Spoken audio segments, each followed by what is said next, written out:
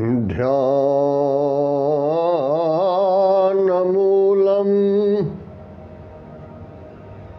गुरुर्मूर्तिः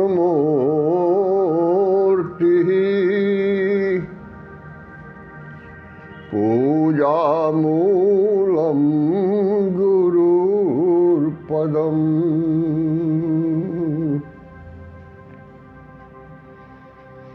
मंत्रमूलं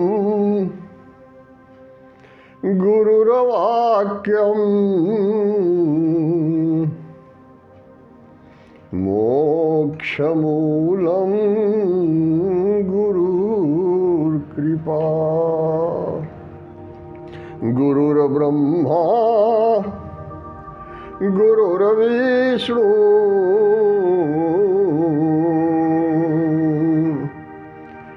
गुरुर्देवो महेश्वरः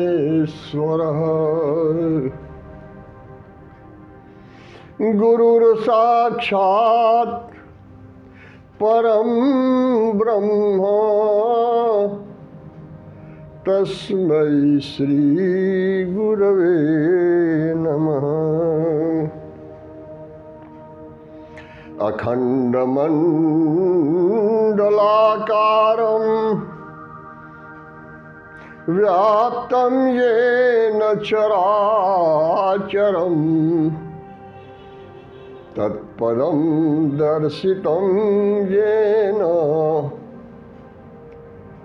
तस्मै श्री गुरवे नमः। अज्ञानतिमिरान्धस्य ज्ञानाञ्जनशलाकया चक्षुरुन्मीलितं येन तस्मै श्री गुरवे नमः। नमस्ते नाथ भगवन् शिवाय गुरुरूपिणे विद्यावतार स्वयं सिद्ध्यै श्रीकृतानेकविग्रह त्वदीयमस्ति गुरुदेवं तुभ्यं समर्पयाम्यहम्। देहि मे परमं ज्ञानं प्रसीद परमेश्वरः। नमस्तुभ्यं गुरुदेवं रक्ष मां शरणागतिं सर्वविघ्नहरो देव सत्कर्मेषु सर्वदा। बोलिए सद्गुरुदेव की जय, परमपिता परमात्मा की जय, अवतारधारी महापुरुषों की जय।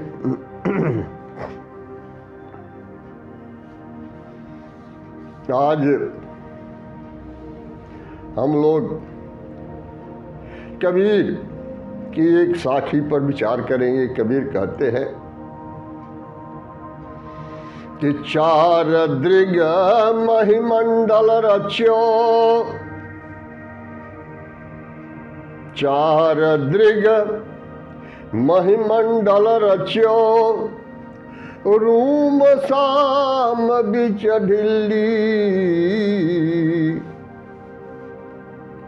तायागे कछु अजीब तमाशा,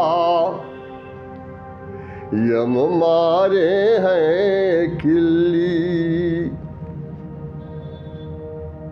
कहते हैं कि चार दृग महिमंडल रच्यो, चार दृग से संपूर्ण भूमंडल की रचना हुई है। ये चार दृग है क्या? कहते हैं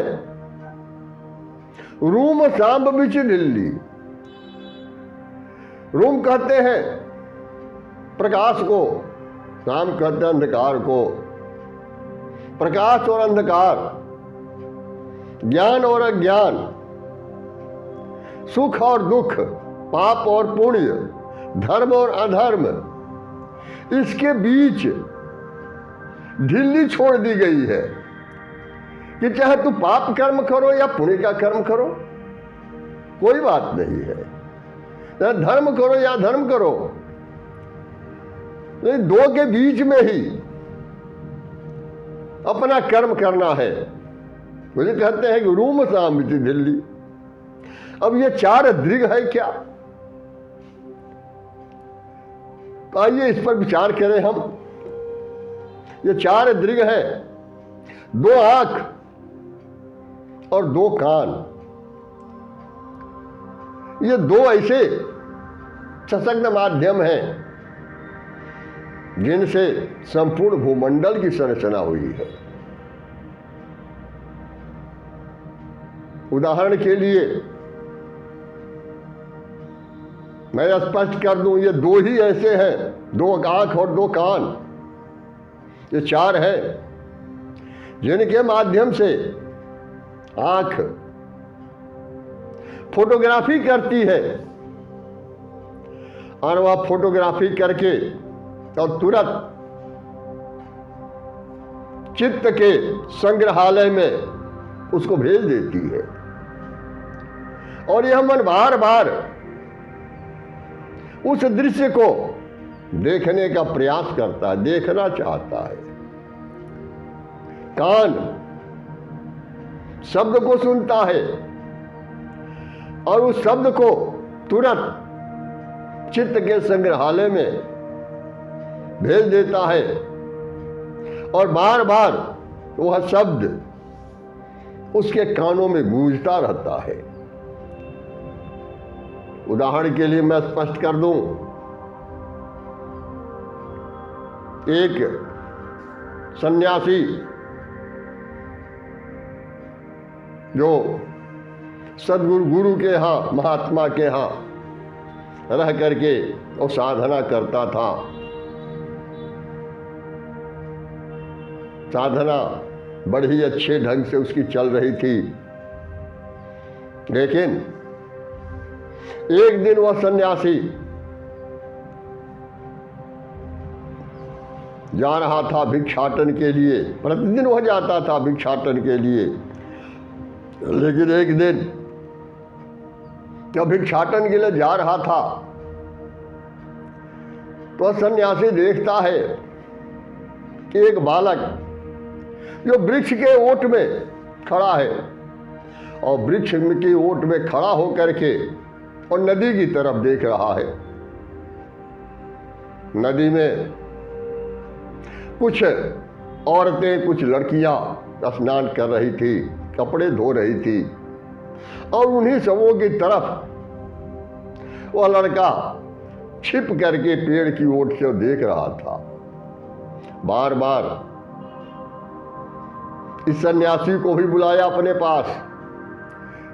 सन्यासी समझ नहीं पाया, चला गया उसके पास और लड़का कहता है कि जरा वो देखो। कहे क्या देखना है? कहे गौर से देखो। कि क्या देखना है? औरतें लड़कियां स्नान कर रही हैं। लेकिन वह सन्यासी की दोनों आंखें फोटोग्राफी कर ली और वह चित्त के संग्रहालय में भेज दिया। सन्यासी तो आगे चल दिया भिक्षाटन के लिए। भिक्षाटन करके और जो वापस पहुंचा आश्रम पर, महात्मा जी जो उनके गुरु थे वो देखे उसी दिन से यह बालक जो है सन्यासी अनमनस्क रहने लगा। हमेशा गुमसुम रहता था, उसके किसी भी कार्य में उसका मन नहीं लगता था। उसका खुराक भी कम हो गया। धीरे धीरे धीरे धीरे वह बहुत निर्बल होने लगा, कमजोर होने लगा। तब महात्मा जी पूछे कि अरे तुम्हारी ये क्या दशा हो रही है? पहले तो तुम स्वस्थ था, अब भोजन भी ठीक से नहीं कर रहा है और हमेशा उदासीन रहता है, कुछ न कुछ सोचता रहता है कि बात क्या है। तो टाल गया, कोई बात नहीं है गुरुदेव। लेकिन उस दिन से प्रतिदिन वो विलंब से जाता था। पूछे कि कहाँ विलंब होता है तुम्हारा? वो गया, वो दृश्य उसे बेचैन करने लगा और बार बार उसी लड़के के साथ वो पेड़ की ओट में चला जाता था। एक दिन महात्मा जी सोचे कि अच्छा आज अब मैं देखता हूं कि आखिरकार ये करता क्या है। तो छिप करके महात्मा जी जब पीछे पीछे चलने लगे, देखते हैं कि सन्यासी जा करके और वृक्ष की छाया में ओट में खड़े होकर के और देखने लगा। तब तक महात्मा जी पहुंचे और बोले कि अरे ये क्या देख रहे हो? तो देख करके तो बालक घबरा गया सन्यासी, और घबरा करके हाथ जोड़कर माफी मांगने लगा। कहा कि गुरुदेव क्षमा कर दीजिए, इसी लड़के के कहने से मैं इसमें फंस गया था, लेकिन आज के बाद से भूल करके भी इधर मैं नहीं आऊँगा, मैं रास्ता बदल दूंगा। उस दिन से वो सन्यासी उधर जाना तो बंद कर दिया, नहीं देखता था। लेकिन जो उसके चित्त के संग्रहालय में जो फोटोग्राफी सुरक्षित थी, वह बार बार उसको बेचैन करती थी और अंत में जा कर के उसमें कोई परिवर्तन नहीं होता था, हमेशा परेशान रहता था। उधर जाता तो नहीं था, लेकिन उसकी परेशानी कम नहीं हुई। तो कहा गुरु से, गुरुदेव मैं बहुत परेशान हो गया हूँ, क्योंकि मन बेचैन हो जाता है और बार बार उधर ही जाने के लिए मन प्रेरित कर रहा है। तब वो महात्मा जी कहे कि जो तुम्हारे चित्त पटल पर संग्रहालय में जो सुरक्षित हो गया है फोटो, वही बार बार मन तुम्हारा देखता है और मन तुम्हें बेचैन करता है। जब तक वह नष्ट नहीं होगा तब तक तुम्हें शांति नहीं मिलेगी। तो ये तो दृश्य की दशा हो गई आंख की। और दूसरा कान है। कान के बारे में, महाभारत की लड़ाई के बारे में आप सभी लोग जानते हैं। इंद्रप्रस्थ में दुर्योधन गया और वहां पर अपमानित हुआ। द्रौपदी की वह वाणी, अंधे का लड़का अंधा ही होता है, उसके कानों में हमेशा गूंजता रहता था। वह भी शब्द उस चित्त के संग्रहालय में सुरक्षित हो गया और दिन रात 24 घंटा वही शब्द उसको सुनाई देता था। और उसका परिणाम क्या हुआ सभी लोग जानते हैं कि दोनों वंश का, कुल का नाश हो गया। तो ये जो चार चीजें हैं, जो आंख और कान, दो आंख है और दो कान है, इसी के बारे में कबीर कहते हैं कि चार दृग महिमंडल रच्यो, रूम साम बिच धिल्ली, तायागे कछु अजीब तमाशा, यम मारे हैं किल्ली।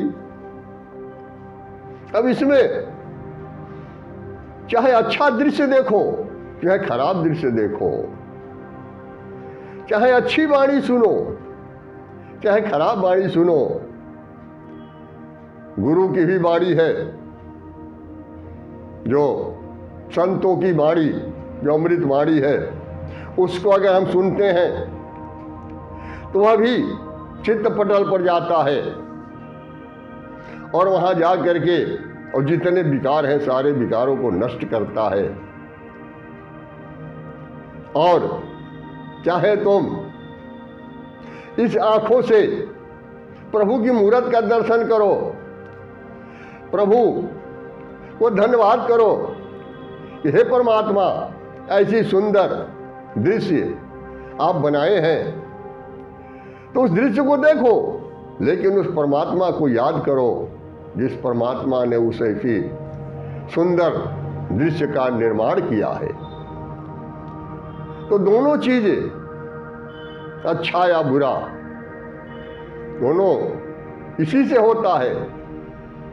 लेकिन फिर कहते हैं कि तागे कछु अजीब तमाशा,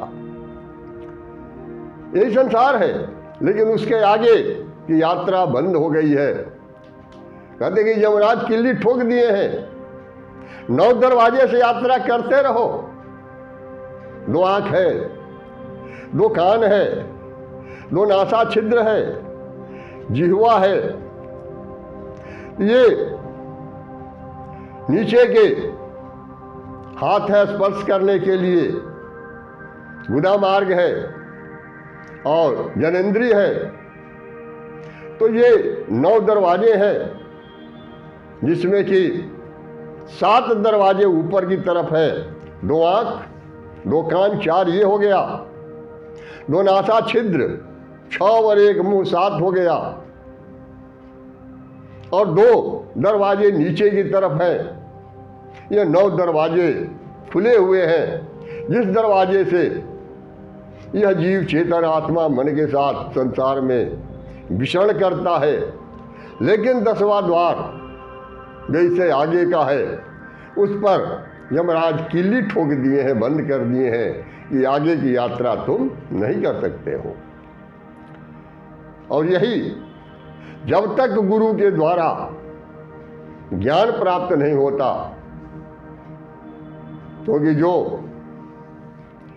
इस चित्त पटल पर अज्ञानता का जो रिकॉर्ड भरा हुआ है, उसको नष्ट करने के लिए स्पष्ट कहा गया है कि गुरुगम चकमक, गुरुगम चकमक मनसा तूला, और ब्रह्म अग्नि प्रगट कर मूला, संशय शोक सकल भ्रम जारा, और 5 25 प्रगट मारा। ये गुरुगम है, गुरु के द्वारा ही ब्रह्माग्नि प्रज्वलित होगी, इसमें ये सब के सब नष्ट हो जाएंगे। और जब तक गुरु की कृपा नहीं होगी, तब तक वो आगे की यात्रा शुरू नहीं होती है। इसीलिए इस संसार में यह मन भ्रम में डाला रहता है, और यह धीरे धीरे धीरे धीरे जन्म जन्मांतर से यह जीव चेतन आत्मा अपने आप को भूलता चला गया। 5 विषयों के अंदर, खड़ विकारों के अंदर, राग और द्वेष के अंदर यह इतना अपने आप को खो दिया कि भूल गया कि मैं कौन हूं। और जब तक यह उसे मालूम नहीं होगा कि मैं कौन हूं, तब तक उसका आत्मकल्याण संभव नहीं है। तो दूसरे को ही जानने का प्रयास करता है, अपने आप को जानने का प्रयास नहीं करता।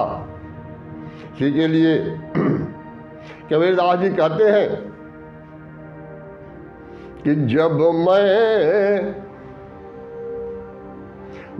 मैं भूला रे भाई, जब मैं भूला रे भाई, ओ मेरे सदगुरु जुगति बताई, मेरे सदगुरु जुगति बताई, जब मैं भूला रे भाई। जब मैं संसार में अपने आप को भूल गया कि मैं कौन हूं, तो सदगुरु ही उस उपाय को बताए, उस युक्ति को बताए, जिस युक्ति के माध्यम से मैं अपने आप को पहचान सका कि मैं कौन हूं। फिर कहते हैं कि जब पहचान में आ गया तो क्रिया कर्म आचार में छाड़ा, क्रिया कर्म आचार में छाड़ा, और छाड़ा तीरथ का नहाना, छाड़ा तीरथ का नहाना। सगरी दुनिया भई सयानी, सगरी दुनिया भई सयानी, मैं ही एक बौराना, मैं ही एक बौराना, जब मैं भूला रे भाई। ओ मेरे सदगुरु जुगति बताई,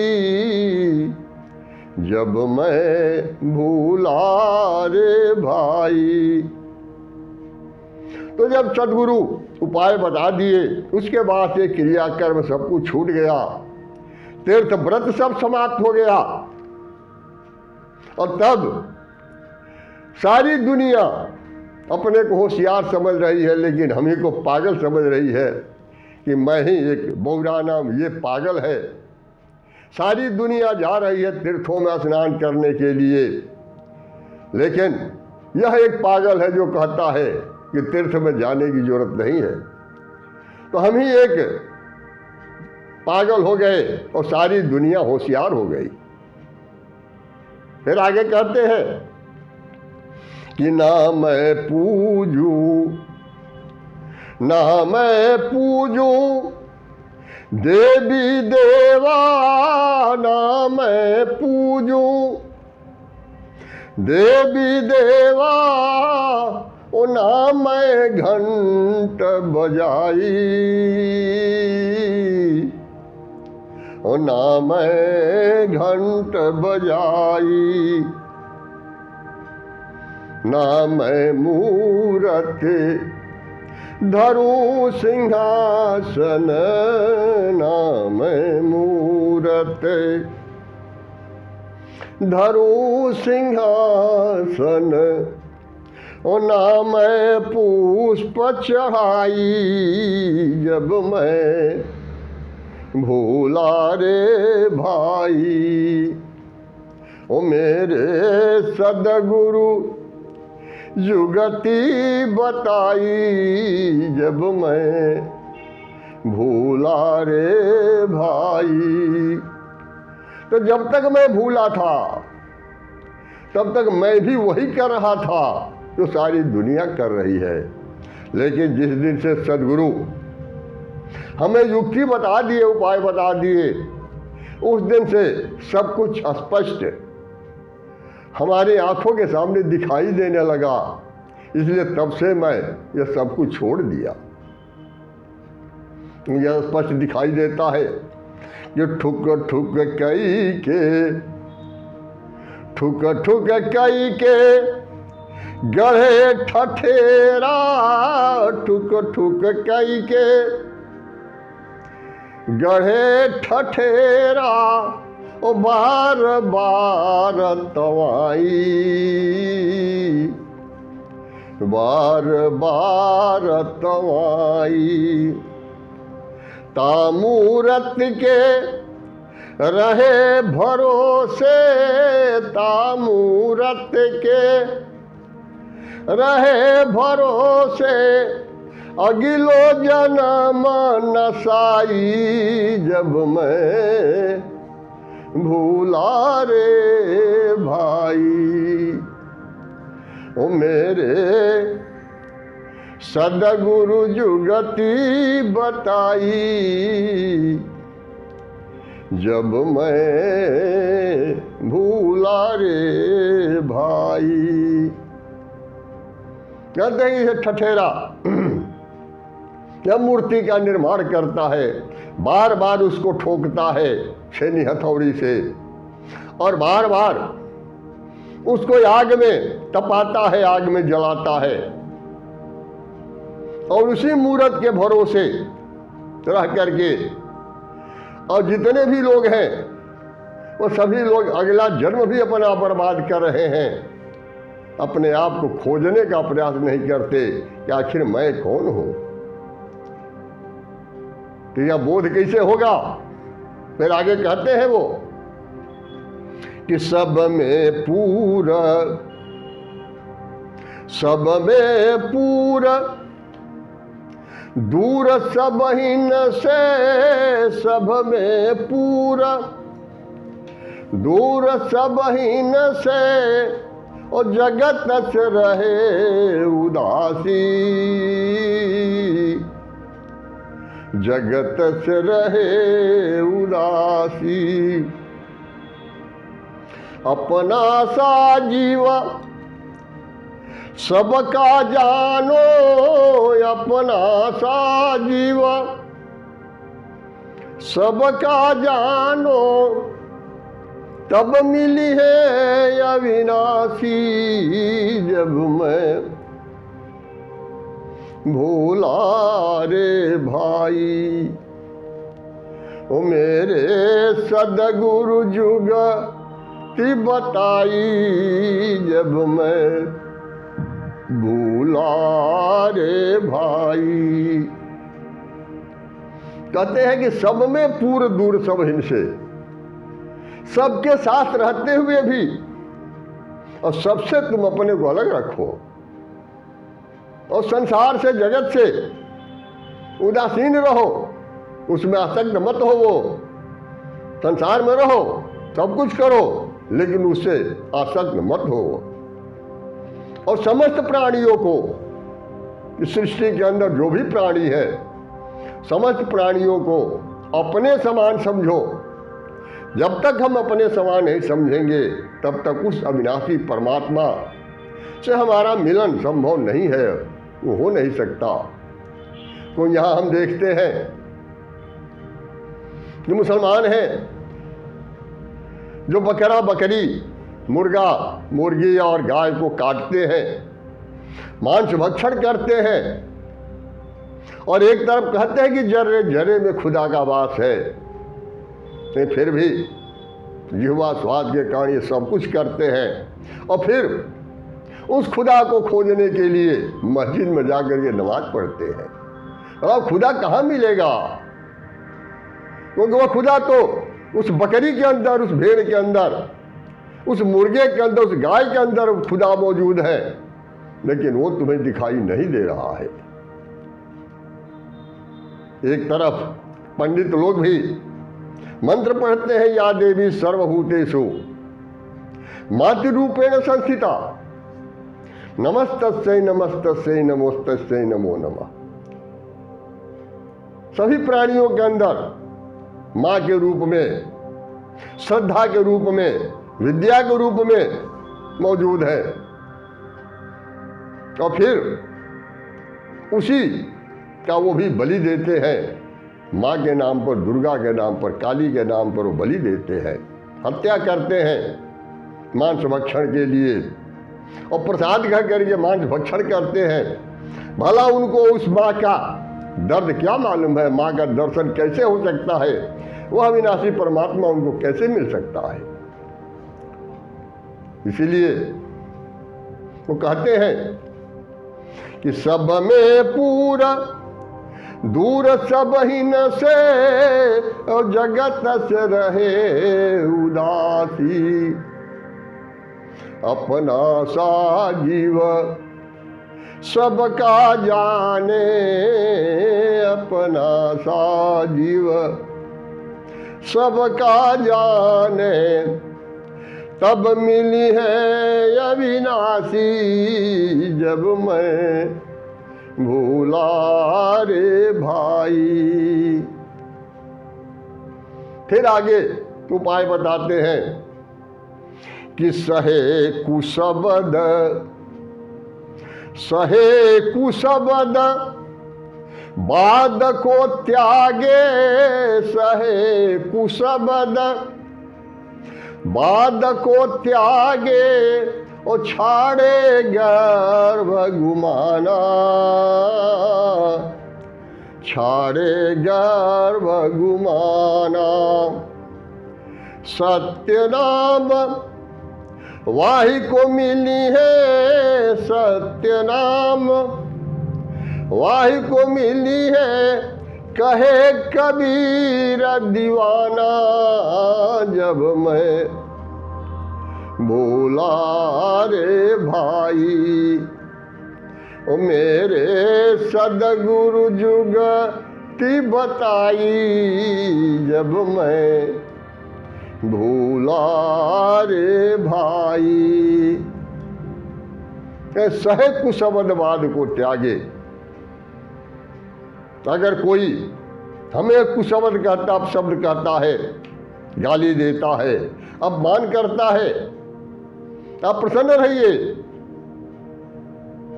आप उसको मत लीजिए, बर्दाश्त कीजिए उसको, और वाद प्रतिवाद से अपने को बचाइए। और जो गर्भगुमान है, अहंकार है, उसका परित्याग कीजिए। क्योंकि संसार में दो चौका है। एक चौका उसको कहते हैं जहां सभी लोगों का भोजन तैयार होता है, लेकिन जो भोजन तैयार होता है उसका स्वाद जिह्वा लेती है,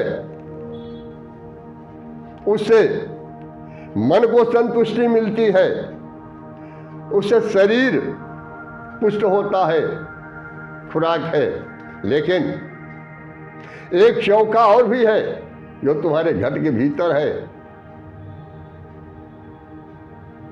तो उसी को कहते हैं कि अहंकार, अहंकार अभिमान बिडारा, अहंकार अभिमान बिडारा, और घट का चौका भया उजियारा। जब अहंकार का परित्याग कर दिया जाएगा तो जो घट के अंदर चौका है उसके अंदर प्रकाश होगा, और जब दिव्य प्रकाश होगा तब जाकर के यथार्थ स्पष्ट रूप में दिखाई देने लगेगा। और वहां पर जो खुराक तैयार होगा वही चेतन आत्मा के लिए है। यह आत्मा पवित्र होकर के अपने आप को पहचान लेगा कि मैं कौन हूं। तो इसलिए अहंकार और अभिमान का परित्याग जब तक होगा नहीं, जब तक गर्व खत्म नहीं होगा, तब तक सत्य नाम का बोध नहीं हो सकता है। सत्य नाम उसी को मिलेगा। कबीर कहते हैं कि जो दीवाना होगा, जो मस्ताना होगा, उसी को सत्य नाम मिल सकता है। इसलिए सबसे बड़ी चीज यही है कि अपने ही समान सबको समझते हुए और दुनिया के जंजालों से अलग हट करके, और मूल उद्देश्य है मानव तन पाने का, कि हम मनुष्य अपने आप को पहचाने कि वास्तव में मैं कौन हूं। जब तक ये समझ में नहीं आएगा कि मैं कौन हूं, तब तक उसका आत्म कल्याण संभव नहीं है। बोलिए सद्गुरुदेव की जय, परमपिता परमात्मा की जय, अवतारधारी महापुरुषों की जय। ज्ञानी को, ध्यानी को, गुप्त को, प्रकट को, सकल संत समाज को सत्य नाम साहिब